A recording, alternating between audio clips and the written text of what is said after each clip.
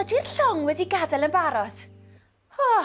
Na, dwi fi ddim wedi cyrraedd yr harbwr to. Diolch byth am ni. Wy'n mynd ar fy ngwyliau ar long fawr. Allwch chi ddyfalu i le? Ie, i'r haul.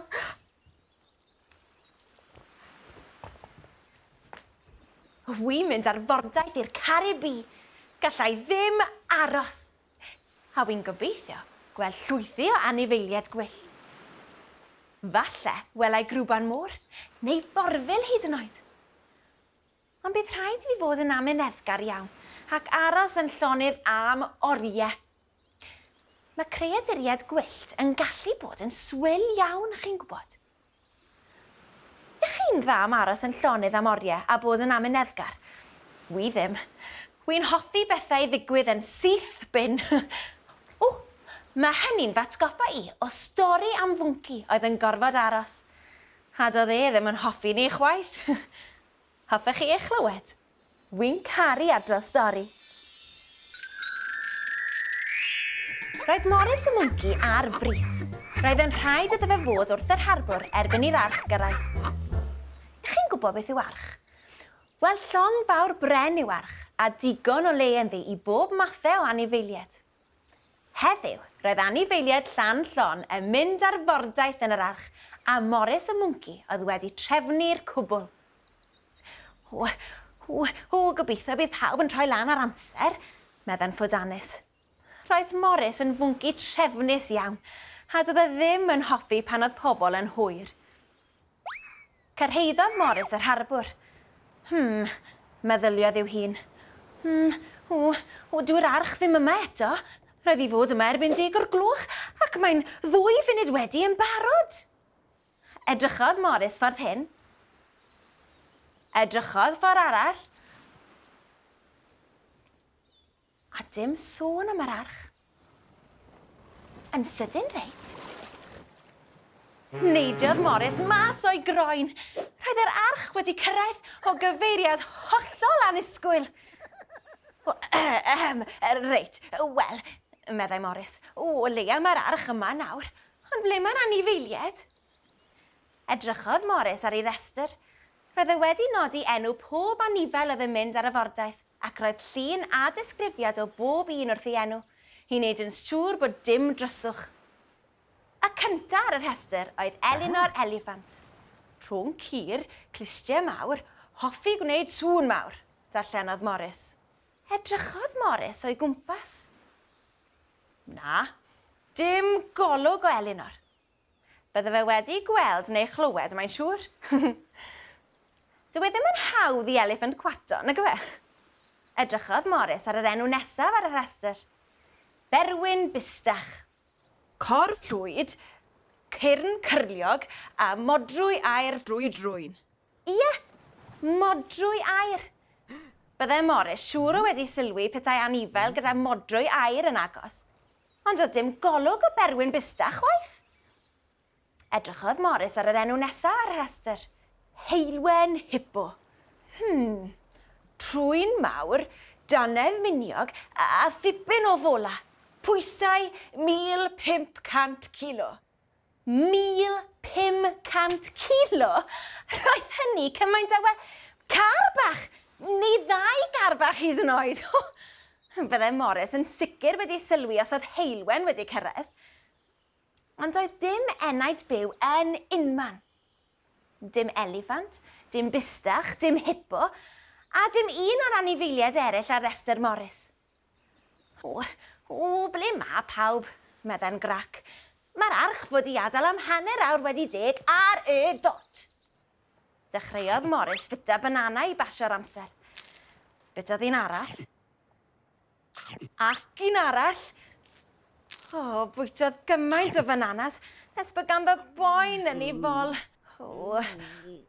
Dwi wedi cael llon bol o aros, ac o bananas. Cwynau. Ac i ffwrdd ag i'r jwngl i chwilio am yr anifeiliaid. Cyn bo hir, dath at bwll yn llawn pysgod chwym. esgusorwch fi, ydych chi wedi gweld eliffant a hippo a bystach a... Naddo tad, dim siw na miw. Meddai un o'r pysgod. O, diar. Roedd Morris yn teimlo'n reit ddigalon. Ar ôl yr holl drefnu, roedd yr anifeiliaid yn mynd i fethu y mordaeth yn yr arch. A drenu ond y fe.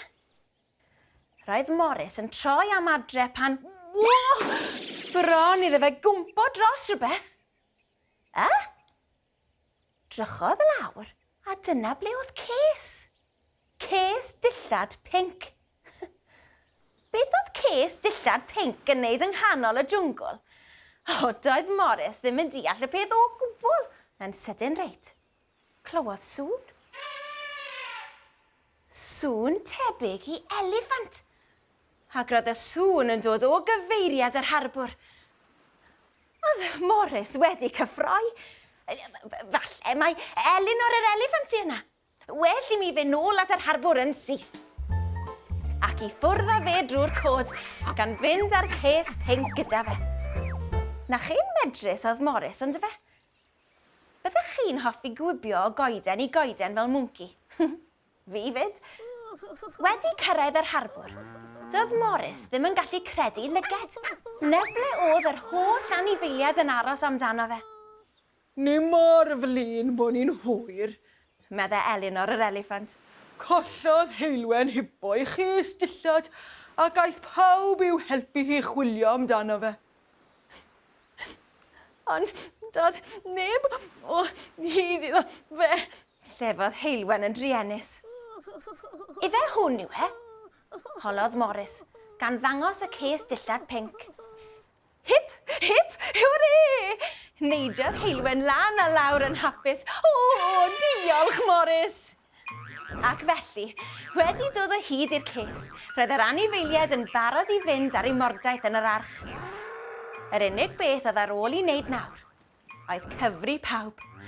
Pawb mewn rhes os gwelwch yn dda.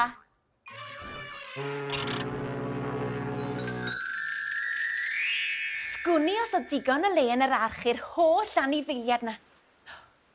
Wy'n gwybod, mae dy fi gan am yr arch. Hoffech chi eich chlywed?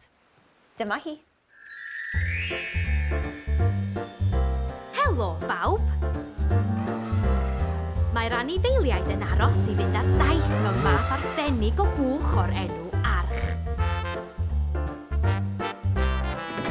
A dyma hi.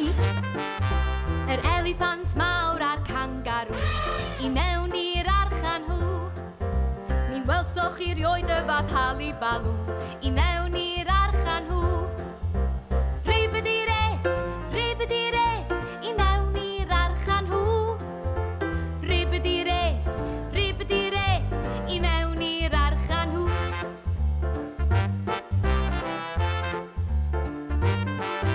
Dau ddistach, dau garw, dwy ddiwch a dau lo i mewn i'r archan nhw. A dau alligator a dau hippopo i mewn i'r archan nhw. Rhywbeth i'r es i mewn i'r archan nhw. Rhywbeth i'r es i mewn i'r archan nhw.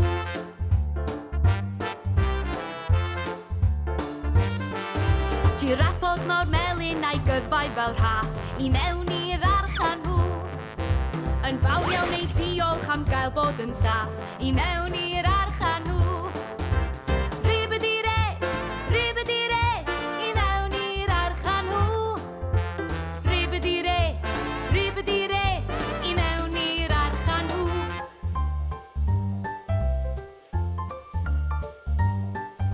Y llygod oedd yno un fach ac un fawr i mewn i'r archan nhw. Yn rhedeg o gwmpas arall hyd y llawr i mewn i'r archan nhw. Rhywbeth i'r es i mewn i'r archan nhw. Rhywbeth i'r es i mewn i'r archan nhw. Rhywbeth i'r es i mewn i'r archan nhw. Rhywbeth i'r es i mewn i'r archan nhw. Gobeithio bod yr anifeiliaid wedi mwynhau ei mordaeth. Mae'n bryd i fi fynd ar fy mordaeth i hefyd. Tan tro nesa, hwyl a fflag!